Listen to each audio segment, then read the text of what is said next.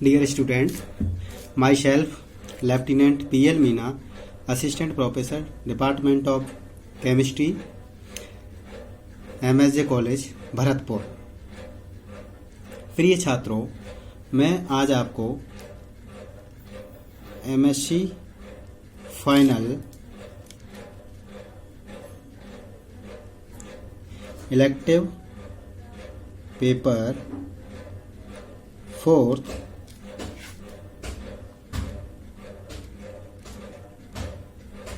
Oregano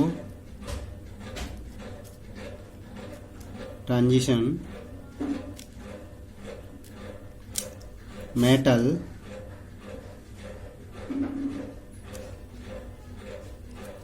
compound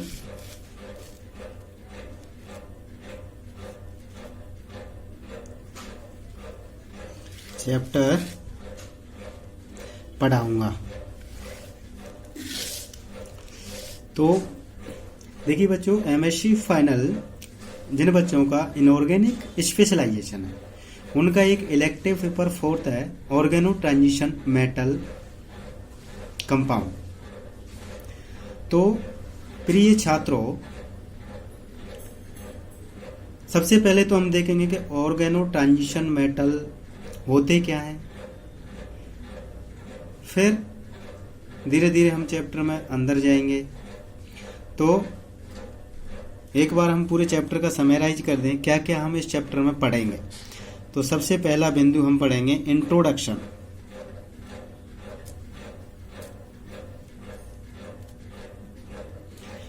oregano transition metal compound का introduction. दूसरा बिंदु हम पढ़ेंगे क्लासिफिकेशन।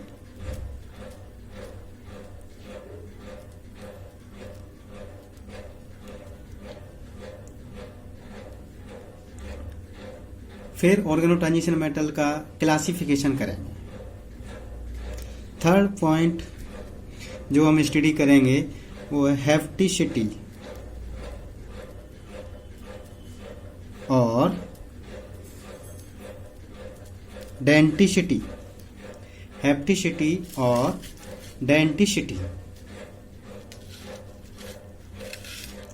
नेक्स्ट पॉइंट जो हम स्टडी करेंगे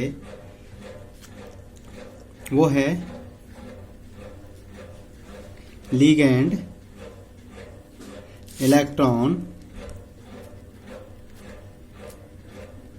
कंट्रीब्यूशन। Ligand electron contribution. जब केंद्रीय धातु मेटल के साथ लिगैंड जुड़ के कॉम्प्लेक्स बनाते हैं तो उस कॉम्प्लेक्स में लिगैंड कितने इलेक्ट्रॉनों का कंट्रीब्यूशन करता है उसका स्टडी करेंगे। Next point effective atomic number.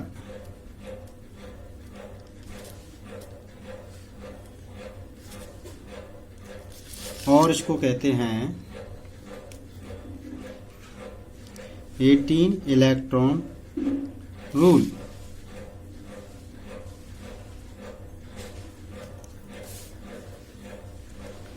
और इसको ज्ञात करने के बच्चों दो तरीके हैं, आयनिक मेथड और कोवेलेंट मेथड। आयनिक मेथड और covalent method.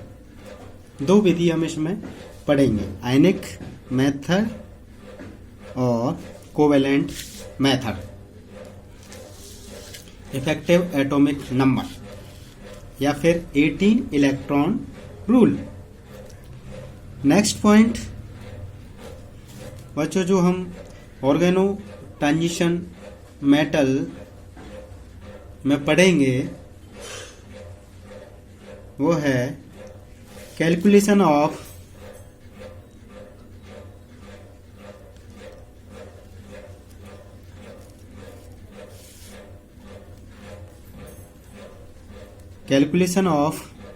number of metal metal bonds in clusters. Calculation of number of metal bond clusters. Next point बच्चों जो हम स्टडी करेंगे वो है स्ट्रक्चर ऑफ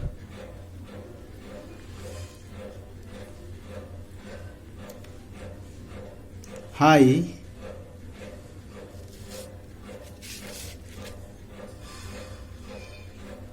न्यूक्लियर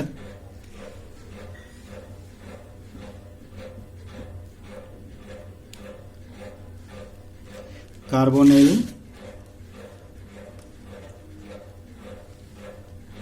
कंपाउंड्स।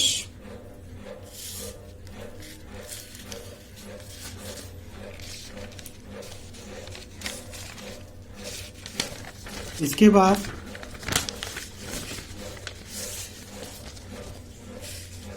ये वाला टॉपिक अपना था बच्चों, पॉइंट 7 पॉइंट था structure of high nuclear carbonyl compound.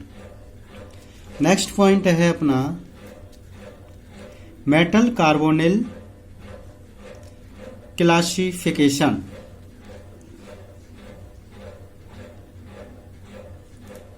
Metal carbonyl classification. Next point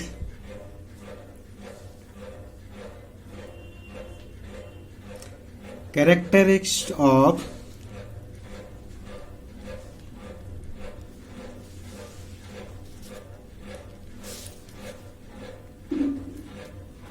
oregano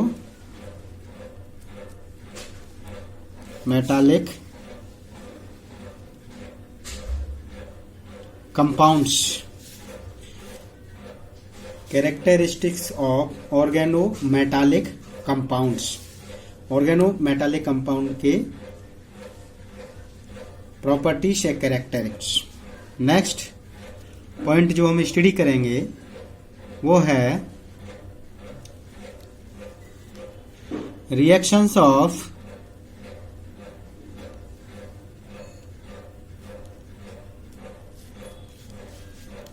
metal carbonyl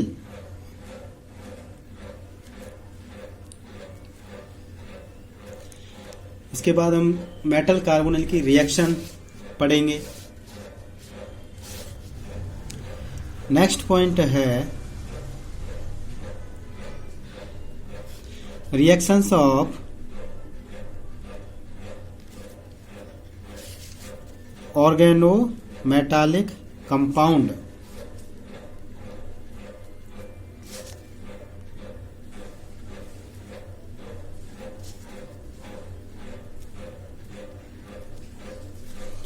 reactions of organometallic compound. और final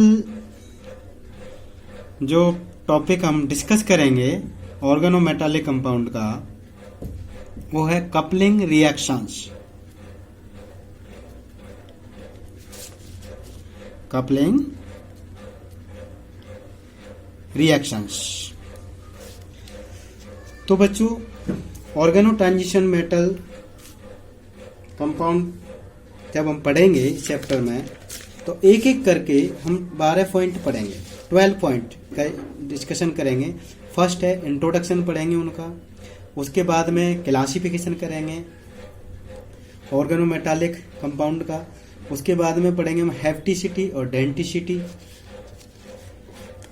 next ligand electron contribution, एक जो कॉम्प्लेक्स बन रहा है उसमें लिगेंड उसमें कितने इलेक्ट्रॉन का कंट्रीब्यूशन कर रहे हैं।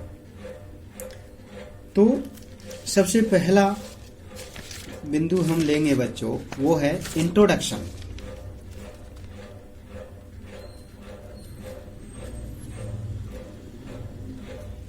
इंट्रोडक्शन तो सबसे पहले तो हम देख लेते हैं definition. What are the organometallic compound? A compound that contain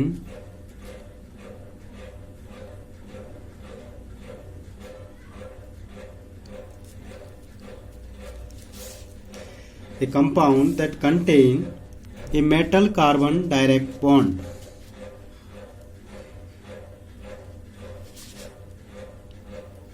A metal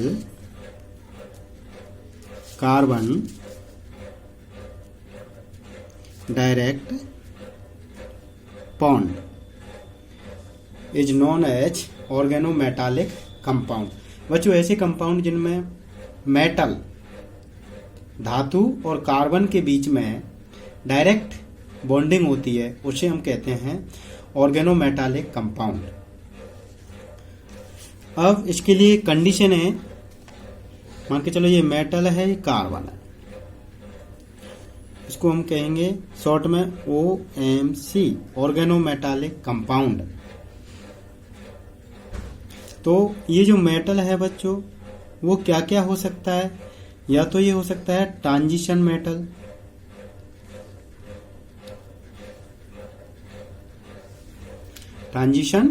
metal, या फिर ये हो सकता है man group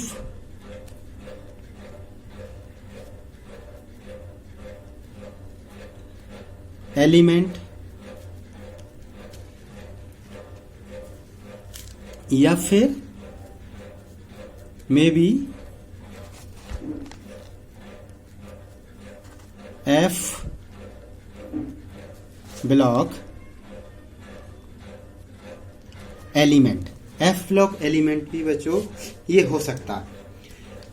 metal organometallic compound में जो मेटल होगा या तो वो ट्रांजिशन मेटल हो सकता है, या फिर वो मेन ग्रुप एलिमेंट हो सकता है, या फिर F ब्लॉक एलिमेंट हो सकता है, बशर्ते वो होना चाहिए मेटल। अब कार्बन के बारे में क्या स्पेसिफिक होना चाहिए? शुड बी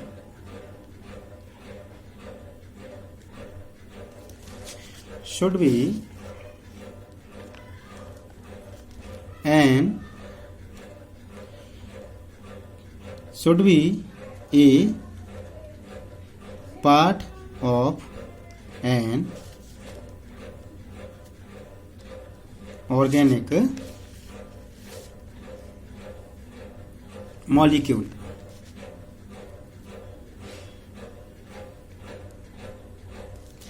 जो कार्बन है वो एक ऑर्गेनिक मॉलिक्यूल का एक पार्ट होना चाहिए।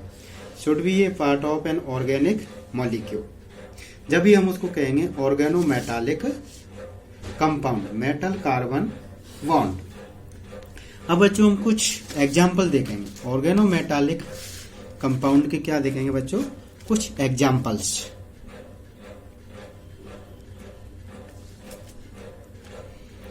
फॉर एग्जाम्पल, फर्स्ट RMgX, जिसको कॉमन नेम क्या है बच्चों? Grignard reagent.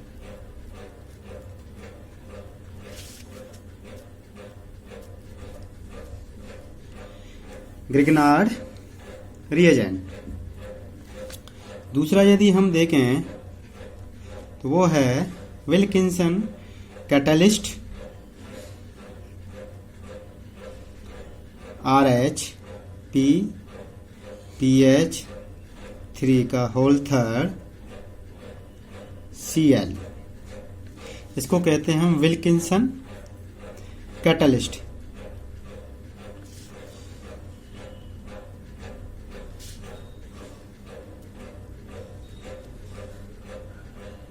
Wilkinson catalyst.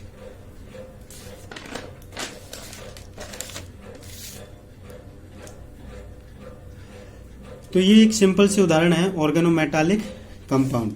देखिए बच्चों, यहाँ पे एल्काइल ग्रुप और मैग्नीशियम के बीच में डायरेक्ट बॉन्डिंग है, ठीक है। अब इस वाले कंपाउंड की विल्किंसन कैटलिस्ट का हम बात करेंगे। मान के चलो जब इसका हम स्ट्रक्चर डेराइव करें, यदि हम इसका स्ट्रक्चर बनाएं तो RH P PH3 P PH3 P PH3 और क्लोरीन।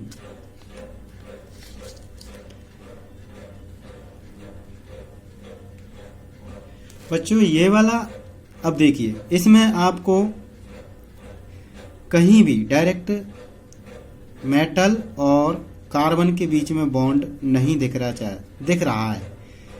देखिए यहाँ किससे बॉन्डिंग है, फॉस्फीन फॉस्फीन फॉस्फीन। फिर भी ये जो कंपाउंड है एक ऑर्गेनोमेटालिक कंपाउंड है। तो विल्किंसन जो कैटलिस्ट है बच्चों, वो हाइड्रोजनेशन रिएक्शन में काम आता है। It is used in hydrogenation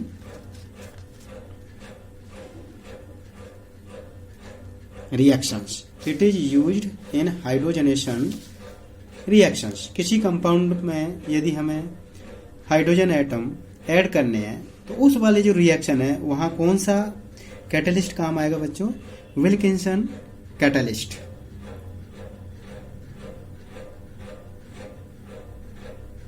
अब बच्चों बात आती है कि यदि पहले हमने बताया था आपको कि ऑर्गेनोमेटालिक कंपाउंड उसी को कहेंगे जिसमें मेटल और कार्बन के बीच में डायरेक्ट बॉन्डिंग हो। लेकिन in case of Wilkinson catalyst यहां पे कहीं भी मेटल और कार्बन के बीच में बॉन्ड नहीं बन रहा है। तो इसका रीजन ये है बच्चों कि जब विल्किंसन कैटलिस्ट रिएक्शन में भाग लेता है तो उस दौरान एक जब मैकेनिज्म, रिएक्शन का मैकेनिज्म देखेंगे हम, तो RH बॉन्ड C, RH और कार्बन के बीच में एक बॉन्ड बनता है, इसीलिए इसको ऑर्गेनिक मेटालिक कंपाउंड कहते हैं। लिख लीजिए, अभिक्रिया के दौरान या फिर during reaction mechanism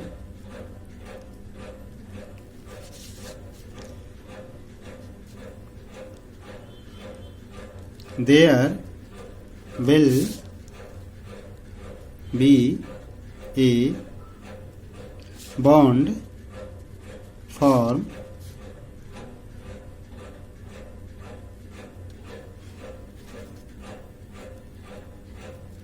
between RH and C. That's why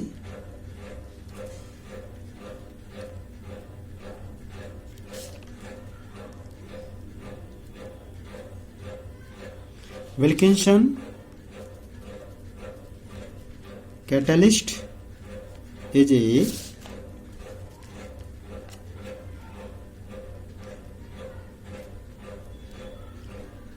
organometallic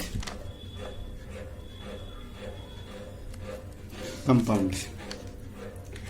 देखिए बच्चों, जब during reaction mechanism there will be a bond form between RH and C, that's why Wilkinson catalyst is a organometallic compound. जब reaction mechanism होती है तो उस दौरान एक अवस्था ऐसी आती है कि जब रोडियम और कार्बन के बीच में एक बंध बनता है, इसीलिए हम इसको कहते हैं ऑर्गेनोमेटालिक कंपाउंड।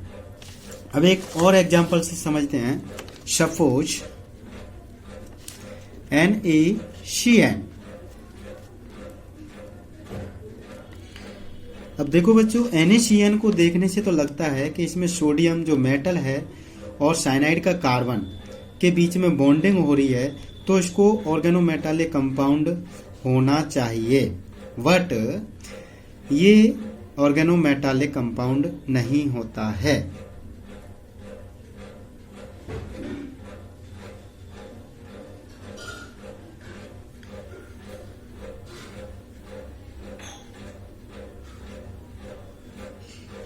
तो इसको ऑर्गेनोमेटालिक कंपाउंड इसलिए नहीं कहते हैं बच्चों, क्योंकि इनको ऑर्गेनिक मेटालिक नहीं कहा जाता है, क्योंकि इनमें इनऑर्गेनिक कंपाउंड कहते हैं। NaCN को क्या कहते हैं? Inorganic compound. यह माना गया है कि स्टार्टिंग में इन्हें लैब में नहीं बनाया गया, बट बाद में बना लिया गया। प्रॉपर्टीज भी ऑर्गेनोमेटालिक कंपाउंड से मैच नहीं करती हैं, इसीलिए NaCN को ऑर्गेनोमेटालिक कंपाउंड नहीं मानते हैं। इसको लिख लो बच्चों, इनको ऑर्गेनिक मेटालिक कंपाउंड NaCN को OMC नहीं मानते हैं,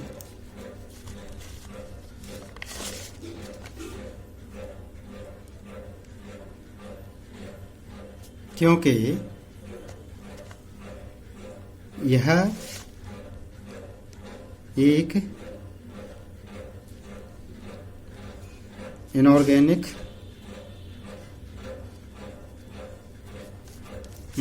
कंपाउंड है और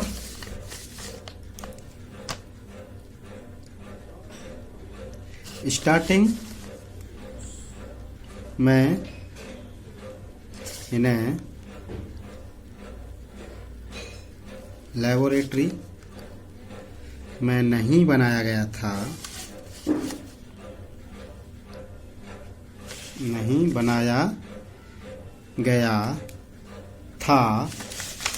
स्टार्टिंग में इनको लेबोरेटरी में नहीं बनाया गया था,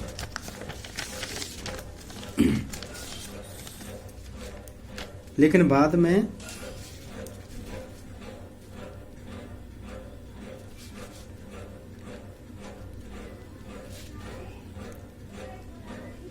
इसको लैब में तैयार कर लिया गया।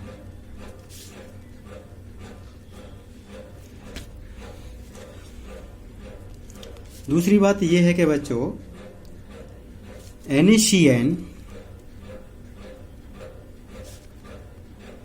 की